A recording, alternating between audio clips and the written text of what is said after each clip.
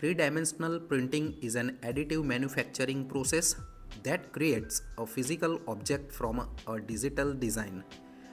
The process works by laying down thin layers of material in the form of liquid or powder plastic or metal or cement and then fusing the layers together.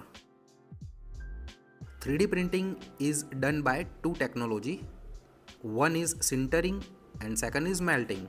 Sintering is a technology where the material is heated but not to the point of melting to create high resolution items.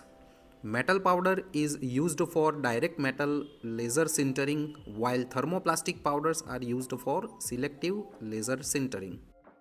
And melting methods for 3D printing include powder bed fusion, electron beam melting, and direct energy depositions. These used lasers, electric arcs, or electric beams to print objects by melting the materials together at high temperatures.